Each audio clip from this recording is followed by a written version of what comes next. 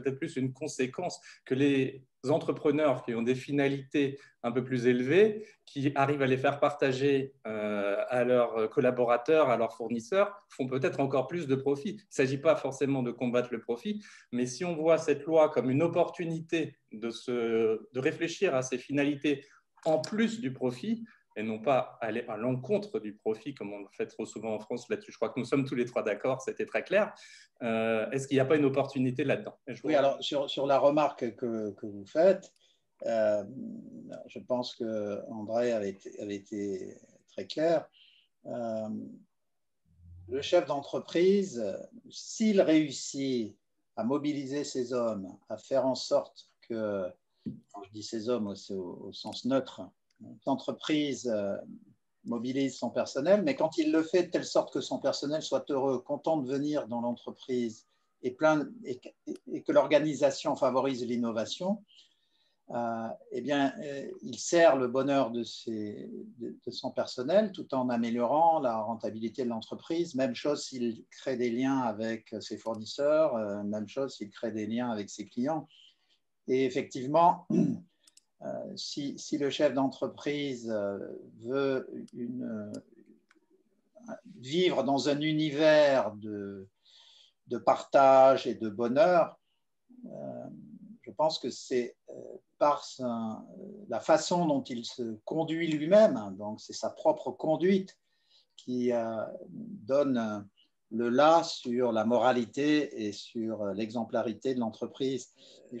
Quand j'ai évoqué les grandes révolutions conceptuelles pendant les 31 siècles de stagnation, j'ai justement dit à ce moment-là que ça ouvrait un débat que je n'allais pas traiter ce soir. Et donc, je n'ai pas dit qu'il n'y avait pas de lien entre ces révolutions conceptuelles et l'évolution de la société. J'ai simplement dit qu'il n'y a pas de lien apparent entre ces transformations conceptuelles phénoménales et une histoire économique et sociale de l'humanité qui est une histoire de stagnation, même s'il apparaît des familles très riches qui peuvent procéder à la commande publique, enfin de la commande familiale qui aujourd'hui serait publique. Donc, c'est quand même quelque chose d'assez extraordinaire. Alors, ça ne veut pas dire que sous l'apparence de la stagnation, il n'y a pas des transformations. Et donc, on pourrait, si un jour on lance un débat sur ce sujet, on pourrait dire que peut-être que les révolutions conceptuelles et intellectuelles des 31 siècles préparent l'essor des 2 siècles dont nous avons bénéficié, puisque une partie de la science servira de base aux révolutions technologiques du 18e qui conduiront à l'émergence de la révolution industrielle. Et l'autre point que j'évoquais, c'est que, alors je le développe juste en 1 minute, on pense aujourd'hui que le concept d'entreprise dans sa version moderne qui est apparue à la fin du 18e a joué un rôle clé dans la révolution capitaliste. Et l'entreprise, personne morale, a été un lieu d'accumulation à la fois de capital et de savoir-faire. Or, pour faire écho indirectement à ce que disait André, le concept d'entreprise personne morale, il apparaît chez les Romains. Mais sauf que les Romains n'en font rien, en fait. Les Romains vivent au fond avec une conception économique qui est celle de la prédation, mais pas de l'entrepreneuriat. Donc, ils ont créé une enveloppe qui sera utile 18 siècles après, mais dont ils n'ont rien fait. La deuxième grande révolution dont on pense qu'elle a joué un rôle clé, c'est au XVIe et XVIIe, qui prépare la révolution des Lumières. C'est l'apparition de l'individu de raison dans la philosophie au XVIIe, c'est-à-dire un individu qui est responsable de ses actes et qui, en même temps, peut agir. Également, au XVIIIe, c'est les fondements de la science moderne avec Bacon, avec Descartes et avec Newton.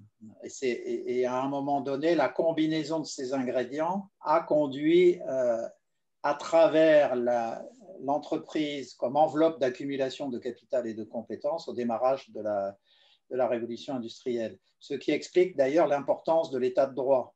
André évoquait le fait que c'est une erreur de vouloir assigner des objectifs relevant de la morale à des entreprises, mais qu'en revanche, elles doivent obéir à la légalité. Mais elles doivent y obéir et en même temps, elles y vivent. C'est comme une matrice. L'état de droit, c'est une matrice pour l'entreprise.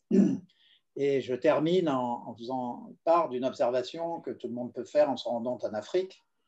Dans les villes africaines, vous voyez beaucoup de mécaniciens incroyables qui sont capables de prendre une voiture en morceaux et d'en refaire une neuve. Et jamais ils ne créent une entreprise de 100 ou 200 personnes. Pourquoi ? Parce qu'ils enrichissent leur famille, ils s'enrichissent eux-mêmes, mais jamais ils ne créent d'entreprise, parce que s'ils créent une entreprise qui réussit, l'État va leur prendre ou quelqu'un d'autre va leur prendre. Parce qu'il n'y a pas d'état de droit solide. L'état de droit, c'est à la fois la contrainte qui conduit à s'assurer que les entreprises respectent les orientations de la société, mais c'est surtout une enveloppe de protection pour l'entreprise. Et donc, ces révolutions conceptuelles pendant ces 31 siècles, à un moment donné, à la fin du 18e ou au milieu du 18e, permettent de conduire au démarrage de la révolution industrielle. Dernier point d'ailleurs, puisqu'on est en France, c'est un sujet qui est clé, parce qu'on est à nouveau à la veille d'une présidentielle. On sera tous d'accord pour dire que les 4 derniers présidents ont été extrêmement décevants par rapport aux anticipations qu'on pouvait avoir, parce qu'on sait que la France est en déclin depuis un quart de siècle. J'espère toujours qu'on va élire quelqu'un qui va y mettre fin. Alors déjà, en soi, cette idée est très critiquable, parce que pourquoi une seule personne devrait mettre fin au déclin d'une société? C'est quand même la responsabilité de tous les membres de cette société, mais passons sur ce point. Mais ils ont tous été extrêmement décevants. Et quand on regarde les raisons de cette déception, l'observation d'André sur le fait que le profit est mal vu, peut être généralisée. On adore l'entrepreneur qui vivote, ou on va l'encenser s'il fait faillite, mais en préservant autant que possible son personnel. Mais de façon plus générale, on a du mal avec le mot industrie. Le mot industrie est devenu un gros mot, il y a 30 ans, associé à la pollution. On a du mal avec le mot de profit, on a du mal avec le mot d'entrepreneur. Et si nous sommes dans une révolution économique et scientifique fondée sur la prise de risque, l'entrepreneur, le capital et l'industrie au sens moderne, de la robotique, de l'informatique, de la génétique, eh bien, on a des blocages conceptuels et mentaux qui nous empêchent de réussir. Et j'expliciterai ça de la manière suivante. Vous savez que nous formons des ingénieurs assez extraordinaires en France. Nous avons d'excellents financiers et nous avons des entrepreneurs assez remarquables. Mais si vous prenez ces 3 personnes, en France, elles produisent 2, tellement elles sont contraintes par cet univers mental, sans parler des contraintes légales et sociales. Vous prenez les mêmes 3 personnes, vous les mettez en Angleterre ou aux États-Unis, ils produisent 4. Donc, il y a une vraie interrogation à la veille de la prochaine présidentielle. Pour moi, c'est minuit moins une. La France est déjà passée au cours des 20 dernières années de première division en deuxième division. Si on continue à merder comme on le fait depuis 20 ans, on va passer en troisième division. Le sujet que vous avez posé ce soir, il peut être philosophique, mais attention, il peut aussi être la manifestation de la domination de la médiocrité dans le pays. Donc voilà, j'ai plein d'interrogations, je n'ai pas la réponse, mais beaucoup d'inquiétudes.